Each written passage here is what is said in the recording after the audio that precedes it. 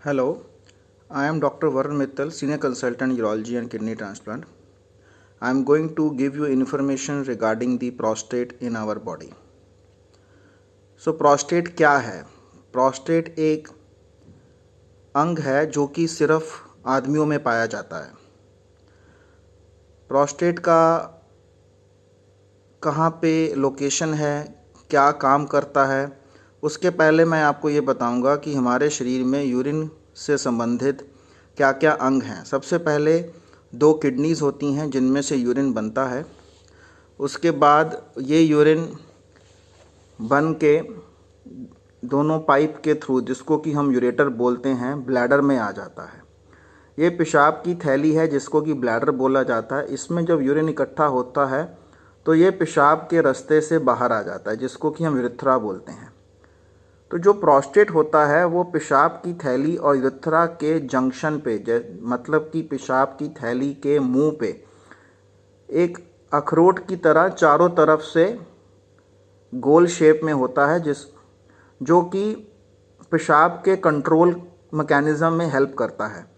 तो प्रोस्टेट के हमारे शरीर में 2 काम होते हैं। एक तो पेशाब को कंट्रोल करना, हालांकि बहुत सारी मांसपेशियां होती हैं जो कि प्रोस्टेट्स के साथ मिल के पेशाब की लीकेज को, पेशाब के कंट्रोल को करती हैं। साथ में प्रोस्टेट का दूसरा काम होता है कि जो कि सीमन होता है, जिसको वीरज बोलते हैं, उसको लिक्विफाई, जैसे उसको पतला करने में हेल्प करता है। इससे अलावा प्रोस्टेट के कोई और ख़ास काम नहीं है हमारे शरीर में।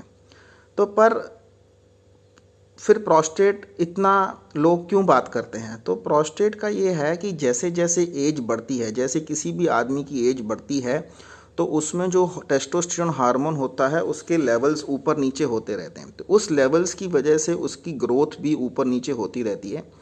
तो जैसे जैसे एज बढ़ती है तैसे तैसे थोड़ा थोड़ा प्रोस्टेट ग्रो करता है। अब जैसे कि मैंने आपको दिखाया कि प्रोस्टेट पेशाब की थैली के मुँह के आगे लगा है, अगर उसकी ग्रोथ होएगी तो वो पेशाब उस रास्ते को थोड़ा टाइट कर देता है। उस रास्ते से पेशाब अच्छे से खाली नहीं हो पाता। उसकी वजह से पेशेंट को सिम्टम्स आते हैं। सिम्टम्स क्या क्या आ सकते हैं? जैसे कि पेशाब रुक रुक के आना, पेशाब की धार कम बननी, पेशाब पूरा खाली ना होने की वजह से बार बार पेशाब जाना पड़ता है, दिन में भी और रात को भी जाना पड़ता है। कई बार पेशाब जल्दी से लीक हो जाता है। पेशेंट बोलता है कि मैं अपने पेशाब को कंट्रोल नहीं कर पाता, मेरे को टॉयलेट जाने से पहले ही लगता है कि मैं पेशाब कर दूं, वो पहुंच भी नहीं पाता, कई बार बीच में लीक हो जाता है, कपड़ा गीला हो जाता है। ये तो हो गए अर्ली सिम्टम्स। जिस समय ये सिम्टम्स आए तो मेरी सलाह ये है कि आपको एक अपने डॉक्टर के पास जाना चाहिए। बट कई बार पेशेंट इसको इग्नोर करता है तो एडवांस सिम्टम्स आते हैं, जैसे कि इन्फेक्शन हो जाना, पेशाब में जलन आनी, बुखार आना, बार बार हर महीने पेशेंट एंटीबायोटिक लेता है, लोकल डॉक्टर को दिखाता है और ट्रीटमेंट लेके फिर से 1 महीना ठीक हो जाता है, फिर से पेशाब में इन्फेक्शन हो जाती है। तो रिकरेंट इन्फेक्शन, मतलब बार बार इन्फेक्शन होनी। दूसरा, इतने दिन पेशाब इकट्ठा रहता है, पूरा तरह से खाली नहीं होता, तो स्टोन बन सकता है, पेशाब की थैली में स्टोन बन सकता है।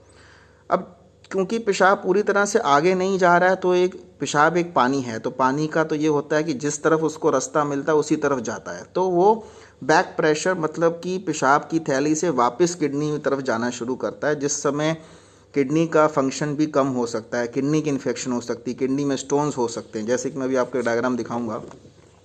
कैन यू सी, प्रोस्टेट इस चित्र में बढ़ गया है, इस वजह से ये जो रास्ता है ये टाइट हो गया है।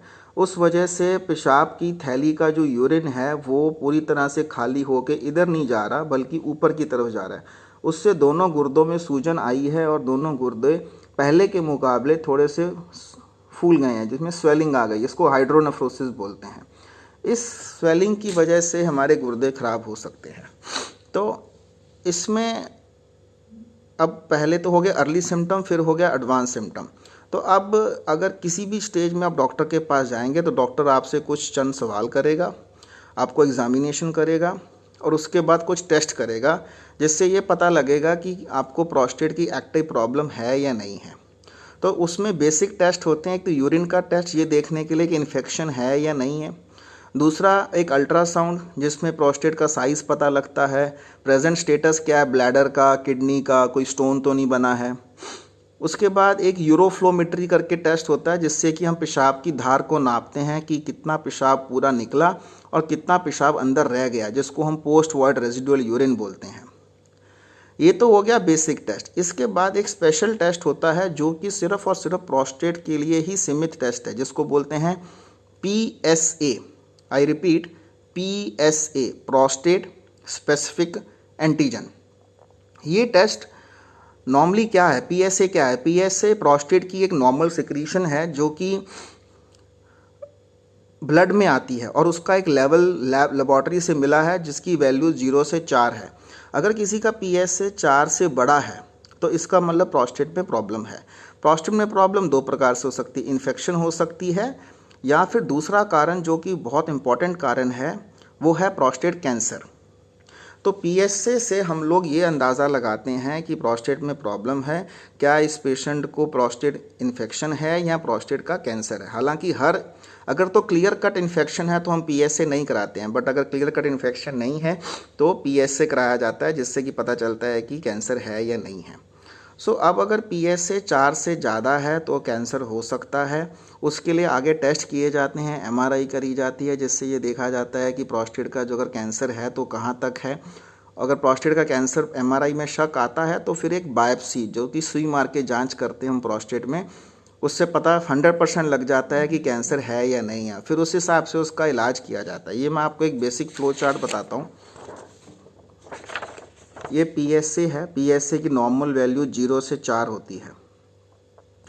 अगर PSA बढ़ता है तो दो कारणों से बढ़ता है, या तो इन्फेक्शन है या कैंसर है। और अगर कैंसर है तो मेरा मैसेज ये है कि अगर कैंसर पकड़ा जाता है तो उसका क्योर है, उससे घबराने का बिल्कुल भी मतलब नहीं है। अगर अर्ली स्टेज में है तो 100% क्योरेबल है। टेक होम मैसेज इस वीडियो का ये है कि प्रोस्टेट क्या है, प्रोस्टेट की वजह से क्या प्रॉब्लम आती हैं, और PSA जो टेस्ट है वो प्रोस्टेट के लिए है, जो कि जितने भी 45 साल के ऊपर वाले मर्द हैं, आदमी लोग हैं जिनको यूरिन में प्रॉब्लम है, वो अपने यूरोलॉजिस्ट से मिलें और अपना जांच करवाएं। और अगर PSA टेस्ट बढ़ा हुआ आता है तो और उसमें आगे पता लगाया जाएगा कि उसमें कैंसर है या नहीं है, फिर उसका इलाज किया जाएगा। Thank you very much.